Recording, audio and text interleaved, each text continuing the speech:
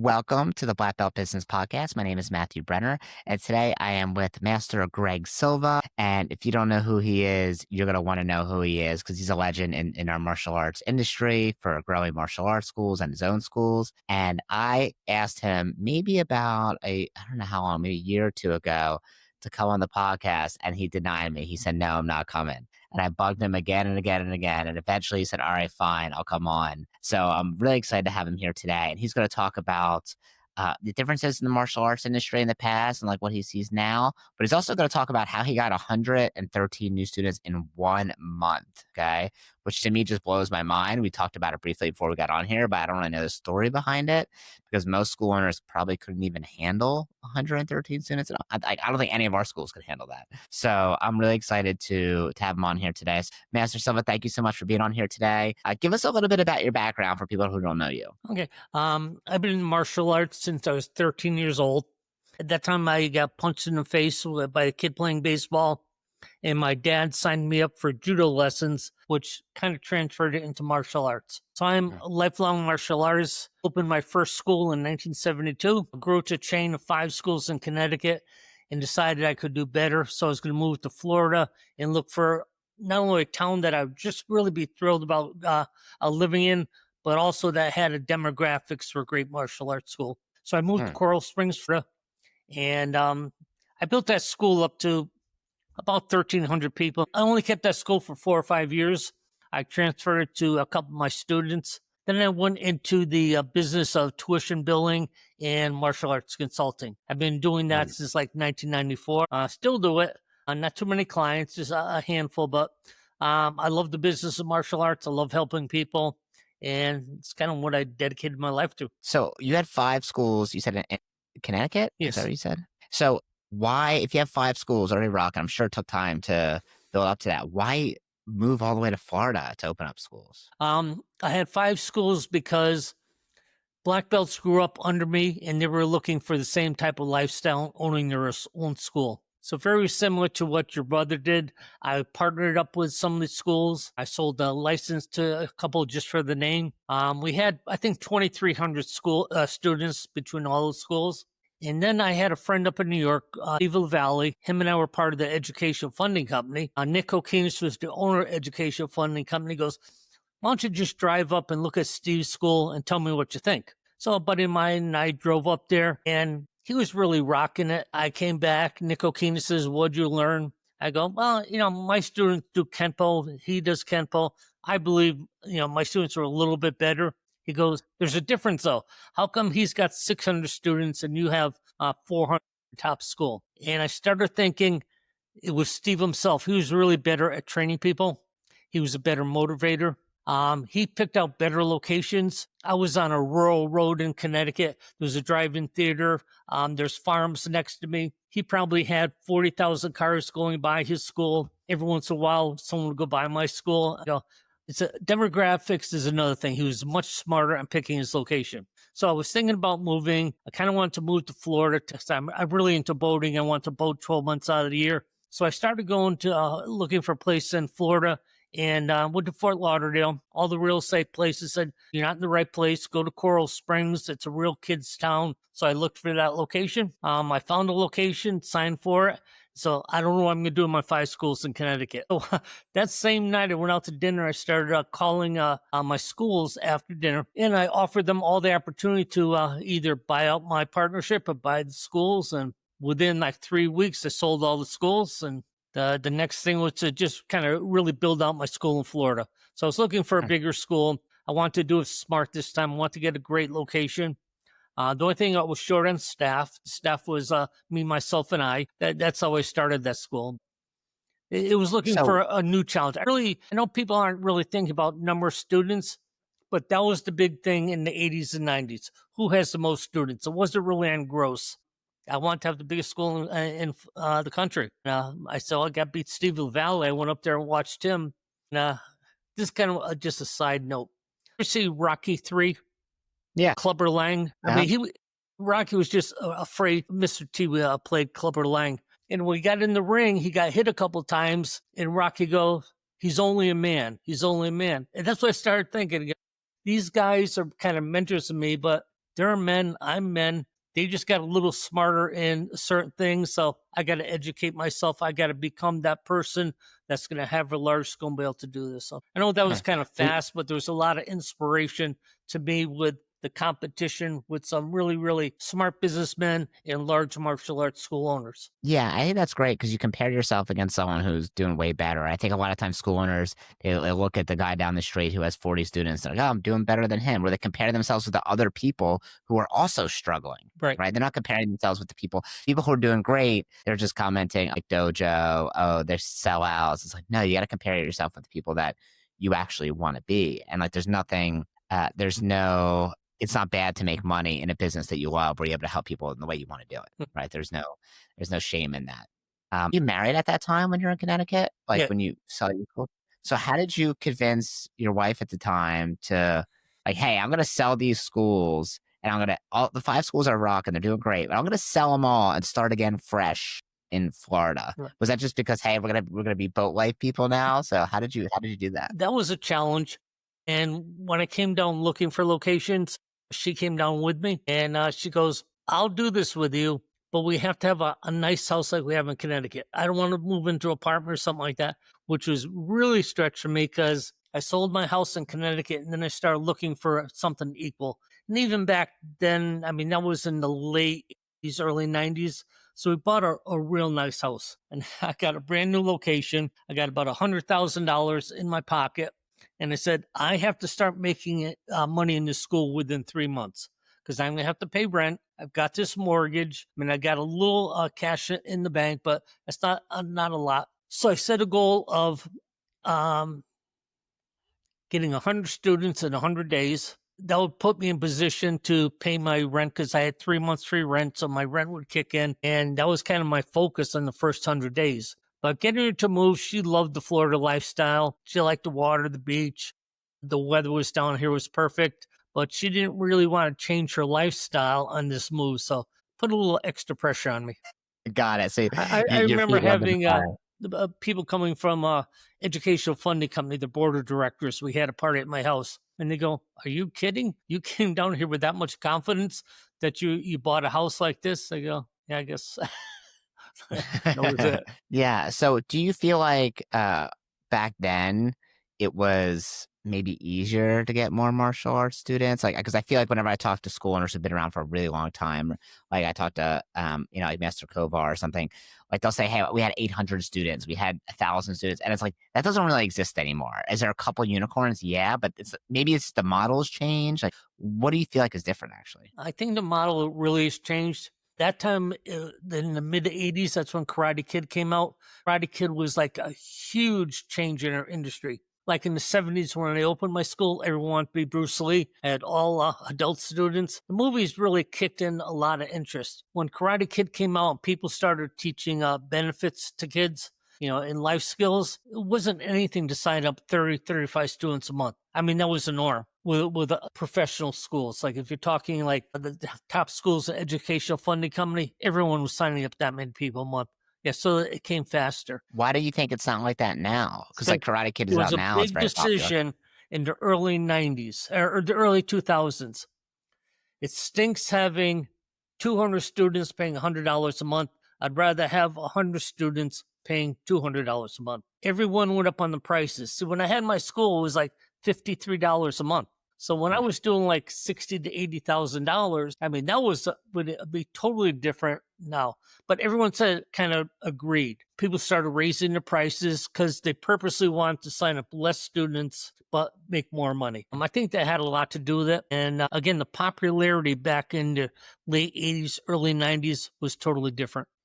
Got it. So anything now, it's not as popular even with Karate Kid because there's so many other sports that kids play, or like what is it about? Because we just had, I think when Karate Kid started to come out on I think first it was on like YouTube or something, and then it became out on Netflix, and I think everyone kind of expected a big revival, right? Not that it was dead, but like maybe something to help us jump, and maybe it helped a little bit, but it wasn't this giant rush. I think we were hoping for. So what is it now, or what do you anticipate that it's different? Why it's different now? It's a really good question because money may have a little bit to do with it, but not a lot. It seems like people are willing to spend a lot of money for martial arts. It just Uh-huh. seems that there was more interest. People were just, I hate to say it was all due to the movies, but back then people still wanted their kids to have the lifestyle and the moral compass and the benefits and life skills of martial arts. I think they all wanted that.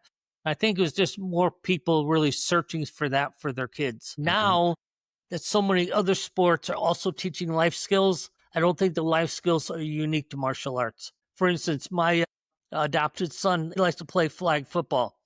After every game, the coach teaches them a life skill. So it's no different than a match in martial arts school, and they're always talking about those benefits. Gymnastics schools teach life skills, so I don't think that one unique thing. It seems like more schools right now are trying to get into that, but I don't really think that is so unique. Yeah, I think I it's have two funny. schools in the Pennsylvania area. It's really neat because one is very much on martial arts schools, martial arts life skills. Sorry. The other school is really all about self defense and safety and protecting yourself. They're both dedicated to kids, and they both probably have the same amount of students. So I think Right. where the focus goes, the energy flows. And I think there's more people looking for different things out of martial arts instead of all the life skills. Yeah, and I think it's so funny because whenever you ask, like I'm sure, like you speak to a lot of martial arts school owners, right? So I'm sure when you ask, and I've seen this at conferences, like, what makes your school different than the other schools? Everyone says the same shit. They all say, "Oh, we teach focus, we teach confidence." It's like, dude, that's what everyone's ad says on Facebook. Right. Like, that's not unique. Literally, every single person is saying that. How are you gonna separate yourself from the bunch? And maybe there's a certain way you teach life skills or how you present it or how good your storytelling is online. But I think it's maybe the standard is raised, like kind of like you said, like other sports are all doing this now over the last decade or 2 decades. Not just saying, oh, you're going to learn focus in martial arts. Like, yeah, but you can also learn focus playing football or playing soccer. Like, Right. it's like you can't learn those things. It's just maybe we kind of use that supplementally, and now it's like, okay, everyone else does it. You're talking really now about features versus benefits. Martial arts, confidence, self discipline, self esteem, patience, courtesy, those are all features of the martial arts. Benefits are we have a 5-to-1 student ratio. Our instructors are black belt professionals. Our instructors are certified. So all those things are unique to that school. So I think people are getting confused about I'm going to advertise life skills, but like you say, every school does that because martial arts does that on its own. The benefits of going to your school, what am I going to get? What's in it for me to go to your school instead of someone else's school? One could be I have adult, mature instructors when all the other people have kids teaching kids. So I think you have to say, why should people go into my school over anyone else's? And those are the benefits and start trying to compete against features, which everyone does. Yeah, I think honestly, I think you have to, in my opinion, I feel like you have to take that even a step further. Like saying, okay, we have black belt instructors. Okay, that's good. That's like saying your car has four-wheel drive. That's great. But what is the benefit of having four-wheel drive? Yep. So I like to do the strategy called, what do they call it? It's called the so that strategy. So it's like, okay, you have four-wheel drive so that you can drive you can drive your kids home safely after soccer practice in the rain, right? Why we have a 5-to-1 student ratio so that your child gets even more personalized attention so they can progress in the martial arts faster. Yes. Right. So I think you have to explain that. I think too often it's just like, I think even just saying we have black belt instructors is just too surface level. It's like, how is this actually going to help me? Sure. Right. And no one cares unless it's going to help them. Right. Everyone's like selfish. Right. So I think even if you're selling an equipment pack, like whenever I train our staff or clients at W Dojo, one of the things I always talk about is like, is how do you sell an equipment pack is not just selling them a bunch of crap that you want to give them so you can make more money when they join. It needs to be clear that these are the things they need for training. And by the way, if you're listening to this right now, I have a little training on this. I'll send it to you for free. Ask me for the training on how to sell an equipment pack and I'll send it to you. But I'll give you an idea now so you can listen to it and you can implement this right away. So whenever we sell an equipment pack, it's like you talk about each item and why they need that item logically. So instead of just saying you're going to get gloves and a uniform and a target and a backpack, and just saying the cost, okay, cool. That sounds like some people might think, I could maybe buy that on Amazon. Maybe I don't need all that stuff. But if you tell them why they need it, then it's easy to sell. Every student that joins our schools, they get an equipment pack. Why? Because we tell them why they need each item. So as an example, you're going to get a pair of gloves. That way your child's able to hit hard on the targets without hurting their hand. Okay, so they can protect themselves. They're going to get a uniform. That way they feel part of the team. Okay, they're going to get a backpack. That way they can put all their stuff in one spot, so it's not flying all over the car when you're driving here. You're going to get a target for practicing at home. That way you can, instead of your child ripping apart your pillows at home, they'll be able to practice at home safely. You're going to get our online training platform, our online training course. That way when you're on vacation or it's bad weather out, your child's still able to practice at home and they can keep on improving. And then, so that's all the stuff you're going to need for training, and then blah, blah, blah, blah, blah, right? So I think that's the next level we have to take it to. Like, here's the thing, and here's why you need it. And that's what makes it easy to sell. You just try to sell people a bunch of crap, and you think, all right, cool, I'll get extra $200 when they join. It's just, it doesn't come off the right way, and you're going to turn a lot of people off. I recommend similar things when I'm talking to clients, and I try to relate it to safety. Just like you're protecting your hands when you're hitting the pads, there's no fluid transfer, that if they cut, there's no blood transfer or anything like that. The pad at home is to protect their knee so they don't hyperextend their knee. So yeah, I believe in that 100%. Great job. Yeah, thank you. I appreciate that. So like, now that you've obviously had a bunch of schools, do you still have any schools now, or are you just mainly consulting? No, I sold my last one about 10 years ago. So what made you decide to go from to consulting from actually running schools? I obviously made that transition myself about full-time a little less than a year ago. Okay. And I'm curious from you. I'll tell you mine, but I'm curious from you, like, what made you decide to go that route? I've been consulting schools since the early 90s. Right after I left education funding company, I opened a company called United Professionals. United Professionals was a tuition billing company. At the same time, we did consulting. My idea is if I can help schools get more students, that's how I can grow my company. So instead of getting more schools as clients, I take my present schools, they get bigger, we get more students to bill. So I've been consulting for a very long time. Were you getting a piece of that billing? Was like a percentage of billing? Is that how it worked? Yeah, we did. At that time, there was no credit cards or anything like that. Everything was going for coupon billing. When you used to get a car, you used to get a coupon book, and each month you would write a check and send the coupon book. So we'd actually get 10%. So if a school did $20,000, we would get $2,000 from that school. Wow, so that's way higher than obviously it is that people. If you're a processing company, you get maybe 2 to 3%, right? So 10% is like, obviously there's a lot more work involved then. It wasn't streamlined. It sounds like there was things going in the mail and stuff like that. It was manual. Computers have to be backed up daily. It was crazy. Yeah, imagine giving up if you're listening to this, imagine giving up 10% of your revenue just for like processing, right? Yeah.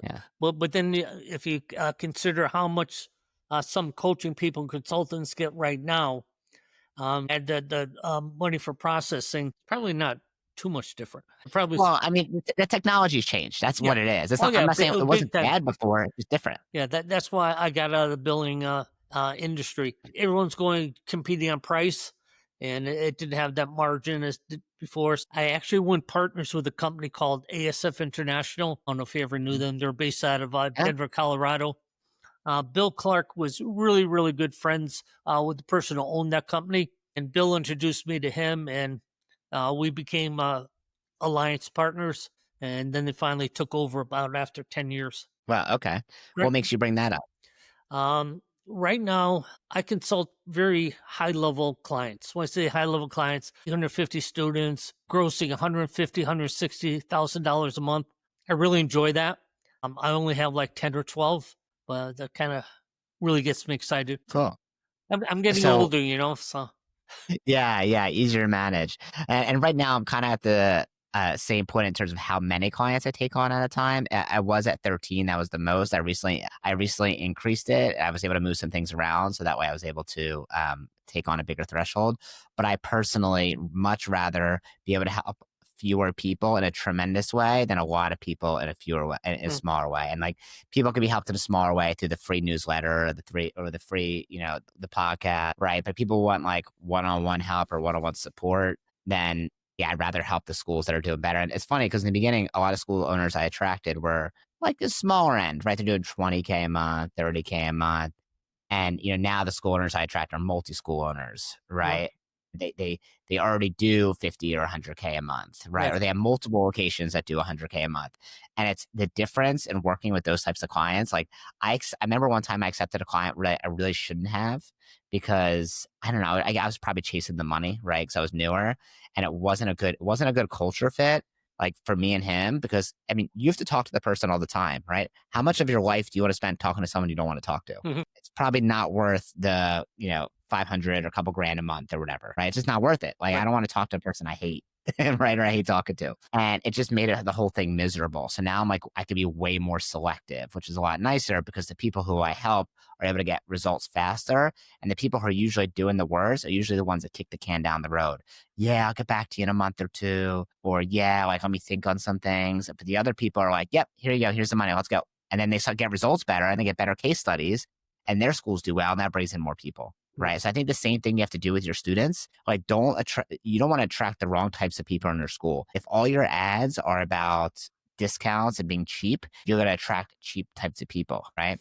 If your advertisements are about certain development or life skills, then you're going to attract those types of people. And those are the people that you're going to want in your school. Yes, you're in it maybe as a retirement job and you love it and you just like want to just help people and the money doesn't matter as much. That's fine. Hell yeah. Like, kudos to you. Right. But if you need to make a living out of it, you want to attract certain types of people that can afford, I feel like, afford like a premium tuition. Right. Do you agree with that? No, I totally agree.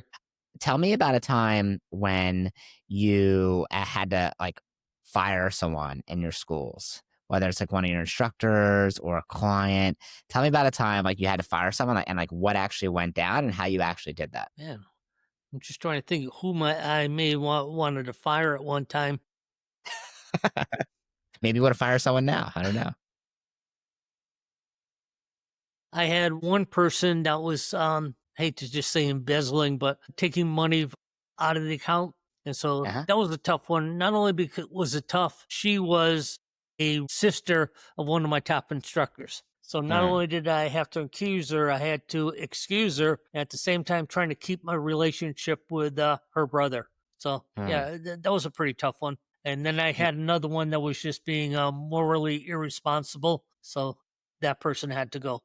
Those 2 Does that come mean to like does that mean irresponsible, like, for the relationships with students sort of thing? yeah, exactly. It wasn't Yeah, just yeah. relationship with students, it was relationship with, several students at the same time. Yeah, I think, like, for school owners that haven't had something like that happen to them, whether someone caught stealing, inappropriate relationships, I don't know, like, anything that's been, like, inappropriate, they probably just haven't been around long enough. I think they think, "That'll never happen to me. My team is so loyal," right? Or an instructor leaving and taking students with them, right? Yeah, And, taking a ton of students.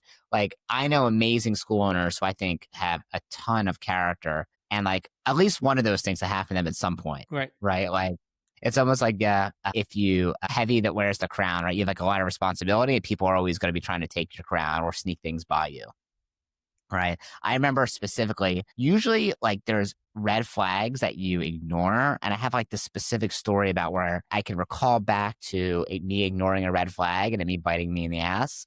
So it was around COVID time, and I had an instructor, a main instructor, leave, right? And obviously our tuition was cut in half because we had half our students quit, right? This is like heavy right in the beginning of COVID, right? Every single person's calling, hey, we want to quit, we want to quit, we want to quit. We had Right. Zoom classes within 1 week, but still people are like, we're scared. And we Mhm. were scared. We didn't know. And I remember specifically that I needed to hire someone like quickly, right? Unless I was going to do everything on my own in my main school at the time. And I was trying to help this instructor. So I decided he was like interested in like real estate investing, super into it. So I was like, all right, cool. Like, that's awesome. Like, I have a couple rental properties. Why don't you come with me and I could show you like how I pick the spots, the rent I get, and you could just like be a part of it, right? I was like mentoring. And it was very beginning in the hiring process. So I mean, he might have already been hired, but like, it was only a month or two in. And I'm walking to this property, and it was a student housing property. Okay. So like all students live there from the local university, and we're walking through, and it's a college house. So it's kind of a mess. Right. Mhm. And I do my walkthrough, I do whatever I have to do there. And then I see him like bend down and pick up a quarter. And I'm like, I look at him funny, and he's like, oh, look, a quarter. And he puts it in his pocket. And I go, huh. And I was so confused about why he would do that. Hmm. And like, I don't know, I was just so thrown off by the situation. But immediately these red flags started going off, Hmm. right? But I just ignored it. I was like, okay, I don't know. Maybe I don't know why he would do that. Maybe he thought they moved out and like, but it was super, super weird, right? And it stayed in the back of my mind. Fast forward a year later, a year and a half later, and tuition from retail sales are now going directly into his personal bank account, Well, right? So when that happened, I was like, I'm an idiot. I had the warning signs before. I just chose to ignore it because I was desperate and needed an instructor, mhm, right? And so often people show us their true intentions or their true character, but we like choose to ignore it. And I don't know. Hopefully, I make smarter decisions in the future, right? I right, think whenever you make a decision out of desperation, it never works. And you try to approach a girl out of desperation, like, hey, I need a girlfriend or I need a what? It's never going to work, right? right, You got to come from, and I think the same thing for martial arts school owners. If you're like running your own school and like you doing most of the work, but you approach your students or parents of students of like, hey, I need help with class today. Do you mind helping? It reeks of desperation, right? It needs to come off. You need to say it differently. You need to say, "Hey, we'd love to have you come out and learn how to teach. That way, you can build leadership skills. Like, do you want to come out so I can show you how to do it?" A lot differently than, "Hey, I need help today." right. Is there a certain? Well, I'm curious to ask you though. Is there certain red flags that you look for when you're entering any sort of business relationship? I just look for someone who's got strong moral standards. Again, someone who's honest, has integrity. They're going to be loyal. I never, and this is probably the thing, I've never had anyone leave and go in competition with me. And that seems to be very prominent between a lot of school owners. I did have one instructor leave and then open 20 miles away. I mean, that was nothing, so I can help them out with it. So I'm very fortunate enough to choose people like that. What got me interested when you were talking about that, going out looking for instructor, what do you think of hiring from people from the outside? Because when I had my school in Florida, 95% of my instructors came from the outside. I had one person Mm. come down from Connecticut. Everyone I hired from the outside. What do you, good luck with that? Well, Or, that's impressive. Ours is the exact opposite. It's flipped. It's like 90% from the inside, 10% from the outside. And from the outside, it's kind of like you're hiring, to me, it feels like you're hiring like a mercenary. Like they might have the skills, they might have, like, it seems like they have the character, but they're not loyal to the flag of your school, right. right? But someone's homegrown, they're going to be loyal. They know the systems. But if you didn't know how to train them the right way, I mean, I hired an instructor from South Africa, right? Like, flew him over here. He stayed in my apartment like before we found him a place. And he is now absolutely incredible. We had other instructors we've absorbed from other schools that have ended up being wonderful. We've also had some bad ones. Mhm. But then again, we've also had homegrown ones that have also ended up not being a great fit. So I don't know. How did you end up hiring 90% from the out? Where do you even find those people? I'll get to your instructor from South Africa. A couple times ago, when I went to visit your brother, I went to the Thursday meeting, and Uh he huh. likes to take people out, a small group of people out for breakfast. Yeah. So the person from South Africa came with us. I'm talking to him. I promoted his instructor to fifth degree black belt. That's so cool. Yeah, he came from South Africa to one of our conventions, and we did a testing. So I thought the guy's That's last name was beautiful. West. Yeah. Small world. Okay, so this is kind of getting into my school in Florida. I Yeah. told you Steve Valley was kind of the person I was trying to beat as far as getting new students, becoming the largest school in the country. Wait, can I interrupt that for 1 second? So I am not 100% sure if I'm thinking of the right person. Is that the one who was kind of disgraced? Yes, he Yeah. took his own life probably 12 years ago. God, and had a bunch of drama along with that. If you want to look that up, go Google it, but we're not going to get into that today. No, But in terms of running a business at that time, he was one of the top people. So he was what people looked up to. yeah, exactly. His program director was going to move to Florida and open a school. His name was Rob Hartman. So I called Rob up because I knew him from just different meetings and everything. I say, sure, you want to open your own school? Why don't you become part of my school? You're an excellent program director. My whole idea right now is enrolling a lot of students. So he did. He came down to Florida and he worked out really good. He was just an amazing program director. I wouldn't get on to Florida to teach, but as far as like doing sales, doing upgrades and everything, he was just phenomenal. Well, we're about ready to get we just got a hurricane in Florida, it's Hurricane Andrew. And I'm talking to Rob. He goes, we have an instructor that came from New York and because he didn't have a job anymore teaching, but he's down here in Florida. He was a model, so he's modeling in Miami. He's cutting trees to make money after Hurricane Andrew. And so he says, you should have him come up and just meet him. So his name was Roger Crawl. Roger came up and he looked like a model. He's like phenomenal shape. We were doing a graduation. I go, you want to do anything? He goes, yeah, I'll do a form. He did a form and it was like phenomenal. I mean, really, really good martial artist. And so I said, I got to hire him. I can't afford him, but I got to hire him. So he was my second person that came from upper state New York. At the same time, I was looking for a teen instructor, someone to teach my teen class. I'm sure you know Paul Garcia. Paul Garcia, what came down, he was helping me teach my teens. Him and I were being in class on a night at 7 o'clock. We'd have 100 students. It's just him and I. And I said, we got to get a teen instructor. So I was talking to Roger. He goes, I have a cousin from upper state New York. He would love to come down here and be a teen instructor. So I had him come down. And this was like in the Miami Vice area. And so he comes down here. He's got hair down to the middle of his back, blonde hair, totally ripped, all kinds of abs and everything. I go, my teens would love to teach from you. So he was the third instructor I brought in from New York. When I had a team of superstars, I had a team of superstars. All these guys are great martial artists. They're great kids. They're great people. They weren't loyal for me as like I didn't take them and they go through our system. But we knew each other through the educational funding company. So there was kind of trust and you know each other. So and we're talking about the guy who owned that school. He did come down and visit me one time.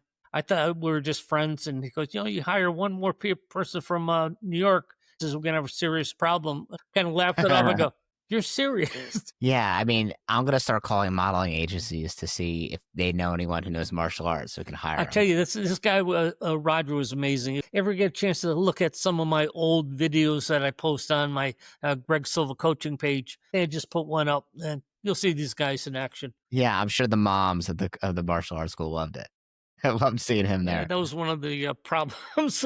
So why do you think you didn't have more instructors from the inside? Like, why do you think you had to rely on, or was it just faster to get more students? I didn't have time. All this happened within 2 years where my school really grew. I mean, it grew from like 0 to 500 in 2 years. I didn't really have time to go on my own, but I did have a bunch of teens. I had a bunch of teens that had taken martial arts before at some type of skill level. And I kind of got 5 under my wing. So I had 5 junior instructors that were really good martial artists, but I didn't really have time to bring up adult black belts to teach. I didn't really have an accelerated program back then. A lot of things did evolve because of challenges I had. So when I was having like 50 students in a class, I felt I could handle it, but it was getting difficult. And I started saying, if I'm going to have more students in this, if we're going to have twice as many students, where do I have to be as an instructor level? I go, well, each of the classes is too tough, but it wasn't the 50 students. It was what I was teaching was tough. So we're doing forms and the forms and angles. So like short form 1. So it's got angles in it. All of a sudden you say step forward on a 45-degree angle. Half the kids step back. Half the kids move their left foot instead of the right foot. And it was difficult to teach. So Ed Parker, who founded Kenpo, he was with me when I first opened that school. And I had to get permission. I said, when we're doing short 4-1, it's all about retreating and blocking. Can I have him just go back in a straight line and forward in a straight line? He says, do what you need for retention. So I had to change a lot of what I taught. So they still got the basics and the benefits, but at the same time, it made it easier to teach a large number of people because there's less likely for people to make mistakes. I did less on memory, more on performance. So they didn't have to memorize so much. So I didn't have some people that were good, some people were bad. Everyone could figure it out in 1 or 2 classes. So by teaching more performance, less memory, less angles, more linear, it came easier to teach. So when you and I were talking, I go, you have to be before you can become. So for me to become a good instructor, I had to work on my talent as teaching, but at the same time, I had to change what I was teaching. This is how we started rotating curriculum in the mid-90s. Very few instructors, so you have a lot of belts in each class. So for something to be new for everyone, we had to do a rotation. Same time we changed, every school in the country at that time was doing monthly graduations. And so we had to go to quarterly graduations so everyone was on the same page. So a lot of changes had to come for me to get from a medium-sized school to an extra large school. So, what do you think? How do you think is different now running a school? Like, if you, let's say, how about this? This is a better way to ask it. Like, you have 10,000, yeah, let's say you have 10 grand. Okay, you're going to a new city. Maybe you're moving to Fort Lauderdale. Okay, maybe there's more kids and family friendly now, and you need to open up a school. Like, what's the first thing you would do? I know there's two schools of thought. One is location. Otherwise, you don't really have to have a great location. You just have to put more money into some type of marketing. I think it's much easier opening in a real nice location. I have a client Right. out in Arizona. He just opened a location last year. He went to a very high-end location, 1,200, 1,500 square feet, charging quite a bit of money. He was profitable by his third month. He's a K school now, just being a little over a year, but I think location had a lot to do with it. There was a lot of upscale stores and everything within his area, and he started just attracting a good clientele. I think that model is really good. You mean just finding a high end shopping center or something with a lot of foot traffic, a lot of visibility? Yeah, Arizona is kind of a crazy place to be. I mean, so he'd look for a good demographic. Arizona has 4,000 people per square mile. There's a or a high population of people close to your school. I think The being in problem that is, type of location is really different. I know I go to your brother's schools all the time, and he's got really, really nice suburban locations. He has downtown locations, different type of people in each one. yeah. Yeah, he'll argue that the demographics are obviously important. Like everyone knows that. We look at the demographics, how many kids between the age of 0 and 12 live within a 1 mile, a 3 mile, or 5 mile radius. But the other question is like, okay, or the other thing that matters probably more than that even is like the operator, right? Is the operator hustling and grinding? Are they answering the phone? Are they answering emails? Do they have good quality classes? Or are they not? And if they're doing those things and they're in a good location, they're going to skyrocket. If they are in a not great location, they're not hustling, they're going to struggle for a long time, right? I'm sure you met school owners who are in a pretty crappy location, but they're so good that like it doesn't matter. Like they outwork it, Uh, right? I was at your South Philly school. The guy teaches he's from the Caribbean. He's a phenomenal Yeah. instructor. And he just relates so cool with the moms and dads in there. When he's teaching life Yes. skills, he gets kids are clapping, the parents are clapping. He stops, explains to the parents exactly what he's doing, how he's going to be teaching confidence. I thought he was great. So when you have Yeah. him, I told him he should be like we call someone who's just like so important in his town. I mean, he's as a karate instructor, but there's so much value in training the youth of that area. And I can see Mm. where all the parents would want their kids to take from an instructor like that. So even though Mm. you have to walk to a school, you can't find a parking space. Can't Uh, find a parking spot nope. there. Yep. And so people walk there and things like that. Just a phenomenal mentor for the kids in the inner city. Yeah, absolutely. And a lot of those classes he teaches specifically are in Spanish or Spanglish, I would say, Yep. because that's where most of the people speak there, right? So he's able to adapt, which I think is very cool. All of our paperwork there has a Spanish version of it, which I think is awesome. That way you're able to help different communities. So what about the popularity of, let's say, karate? Do you feel like the popularity over the last, let's say, decade has gone up, or do you think it's gone down? Do you think it's staying the same? Like, what do you think? Especially with the rise of the UFC and UFC and everything like that. People are looking more for reality training, even for their kids. And I kind of fought that for a long time because I always believe you keep the art and martial arts, but I think you keep the art and martial arts and still do a little more reality training, depending on what your ideal student is. So if your ideal student is like 8 to 13 years old, I think a lot of those parents are really looking for that reality self-defense. If it's lower, like you're looking for the preschool kids and things like that, they're looking more for life skills. So nothing has really changed there when you start thinking, who do I want to teach? What's my ideal student? Where am I going to find that ideal student? And to have just a good way to bring them on board, onboarding, and get them involved. Going back to Action Karate, I think they have a real good ideal student. And I think a lot of the marketing you're doing is phenomenal. I follow you on TikTok or your brother on TikTok with all those mini commercials. I mean, you are Yep. tied into your ideal student so well. So when people start seeing your success, they really have to, it's not just where you're located, but it's really how you are masters on teaching your ideal student, and your masters on bringing your ideal student into your school. Yeah, and I think too often people try to be a little bit of everything. Try to be everything to everyone instead of being everything to someone, right? Right. And you really have to kind of stay in your lane. Like, I think most of the time when I talk to school owners and they tell me, oh, we have a taekwondo program and a karate program and a jiu-jitsu program, MMA program, like usually I find out pretty soon afterwards that they've been struggling financially for a really long time. And I'm Right. like, dude, you have too many programs. If you want to add those programs, do it after you're already making a ton of money and like you want to add on to it. But don't think adding more menu items is going to make you more money. It just adds more complication. Keep it simple, stupid, right? I wrote an article the other week about 3 different pizza houses. You have Chuck E. Cheese, you have like a Domino's, and you have a top end pizza place. They all could Right. do really well, but they're all, just like you said, they're staying in their own lane. They have the product and they're looking for people that kind of fit that product, their ideal customer.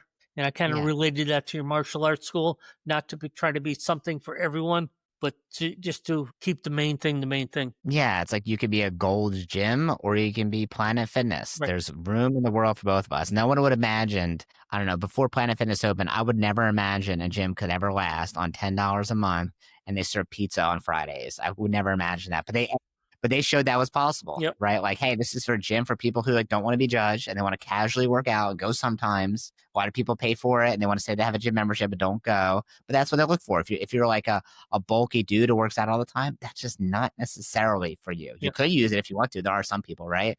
But that's not really their ideal demographic. Mm. So we're going to transition and have a little fun here. So I'm going to ask you some rapid fire questions. But actually, before we do that, I have one more question for you. This might be a little bit longer. Is what's one question you wish more people would ask you? It's a good question. I think when you and I first started talking about this, I said you have to kind of be before you become. And I think they try to think, what do I have to be? What do I have to be doing for my future self? And so it was like me running that school. I had to change curriculum. I had to change my belief on that if I was going to grow into that position. So how would I have to be thinking if I want to go from 50 students to 200 students? Because you can't wait to get to 200 students to be that person. You have to be that person at 50 students. You have to be training staff for that 50. You have to figure out how you're going to do attendance, how you're going to do graduations. So you have to be that if you want to grow into that position. So, how do I have to change? What type of thinking? I think the hardest thing for most martial arts people when you're consulting them is it's harder to unlearn than it is to learn. So it's changing those beliefs and becoming the next version of yourself to raising your business performance. That's great. Yeah. Instead of saying like, what do I need to do differently? How do I need to be different? It sounds like. I love that. All right. Ready for some rapid fire questions? Yes, sir. All right. If you can get rid of one martial arts weapon, what would it be? One weapon, Yeah. If you can get rid of one of them. 3 sectional staff. 3. Why that one? So impractical. So impractical. Okay, cool. What's one technique you think is overrated? 5 swords. 5 swords. Okay, that's an old school Kempo technique. Old school Kempo. When you say technique, I Yeah. just go to technique. I don't go to basic. Yeah, no, that totally counts. All right, who would be on your martial arts Mount Rushmore? Billy Blanks. Billy Blanks. Okay, The- that's you know, one. it's- We need 3 more. Going back to my main school, hiring people from the outside, I Yeah. really didn't have anyone good for like doing my competition team. So Billy Blanks and I were really good friends from Connecticut. He was in Boston. I was in Connecticut. And when I moved down to Florida, I brought him down to teach every 3 months. The whole idea is I put him down as a staff member for doing our sparring and competition team. I just think he was a phenomenal martial arts artist, super good friend. I remember going out to California one time. Jeannie and I went out, and so we found out where Billy's school was. Go in the afternoon, and I ran into his daughter. I go, "How's your dad doing?" She goes, "Oh, he's doing real good." I go, "Really?" I go, "How many students you got training here?" She goes, "I don't know, 500, maybe 5,000." I go, "Are you kidding me?" So she goes, "You got to come in the morning. Come at 5 o'clock." It is class we call Taibo, and he was in there just rocking. He had a person out front parking cars, and people were just coming in, throwing the keys to him, and he was parking. It was just amazing. So That's I had a lot wild. of history with him. He was just a great guy. So he'd be on there. Cool. So Billy Blanks, we need 3 more. Paul Garcia. Okay. He's Okay. been a mentor of mine for a long time. just a super martial artist. You don't know who that is, I have an episode with Paul. So you can, if you search Paul Garcia in the podcast, Yeah. in the search bar on Spotify, you'll find his. All right. So we have those Um, two. Bill Clark, not Bill Clark. Yeah, Bill Clark. Him and I have been really good friends for a long time. Yeah, he'd have to be on Okay. there. And Bill Wallace. And Bill Wallace. All right. Bill Very Wallace cool. is a neighbor, not close neighbor, but just down the street. Okay, cool. What's one of your biggest business mistakes that you turn into a win? Probably keeping someone on too long. Having had an instructor, and probably gave him too many chances. And then it's funny because I was talking to a school owner, and he lost one of his top guys, and his top guy wanted to give him a 5-month notice to stay through the end of the year. If I'm going to lose someone, I'd rather lose them today than 2 weeks from now or 5 months from now, because it gets to be kind of a cancer, just getting worse and worse. Yeah, holding on to an employee too long. Rip off the Band-Aid. Yeah. Yeah. Don't just disappear, but you don't need to drag it out longer than it needs to be. Okay. I'm not sure how that turned into a win. Like, what was a mistake that you made that was a because win? then it wouldn't happen again. So Okay, I got had it. Like, you wouldn't have people. gotten rid of the I had person. one person I kept too long. I don't know if that was a win, but having him leave earlier was probably a win. All right. What's your favorite late night snack? Carrot cake. Carrot cake. Is this like It's really homemade funny. carrot cake? I don't really snack. I eat good, but I don't really snack. But last night we were watching some Netflix. Carrot cake. If I had to choose something like that, something sweet, yeah, it would be carrot cake. Is it, are you guys making carrot cake, or is it like you could buy it from the Publix. store? I mean, you're down here in Florida. Publix has the best Yeah, carrot yeah. cake. Publix has the best carrot. People tell me Publix has the best everything. Publix is the best fried chicken. Publix is the best carrot cake.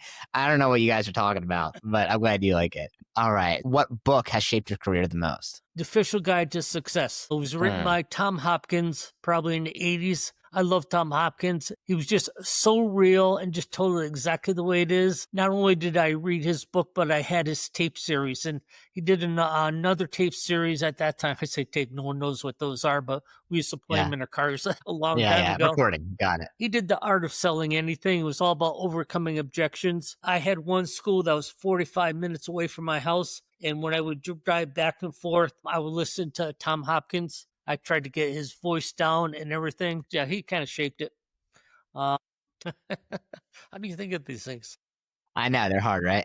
Thank you so much for coming on here, Master Silva. If someone wants to find you, send you an email, or connect with you on social media, how do they find you? GregSilva.com. GregSilva.com. Cool. My name is Matthew Brenner with Double Your Dojo. If you have any questions, you can email me, Matthew@doubleyourdojo.com, or Instagram @BlackBeltBrenner1. And it's back to school season time now. So hopefully when you're listening to this, so if you want to add 30 new students in the next 60 days without relying on ads, I mean, students you go out and recruit, not just wait to show up in your door, send me an email and I'll show you the exact strategy we use so you can do it for your school. Same strategy we use for other martial arts schools across the country. So they now finally have the power to go out and recruit new students, not just wait for them to show up. Thank you guys. Bye. All right. Bye. All right. Don't go anywhere. I just said stop.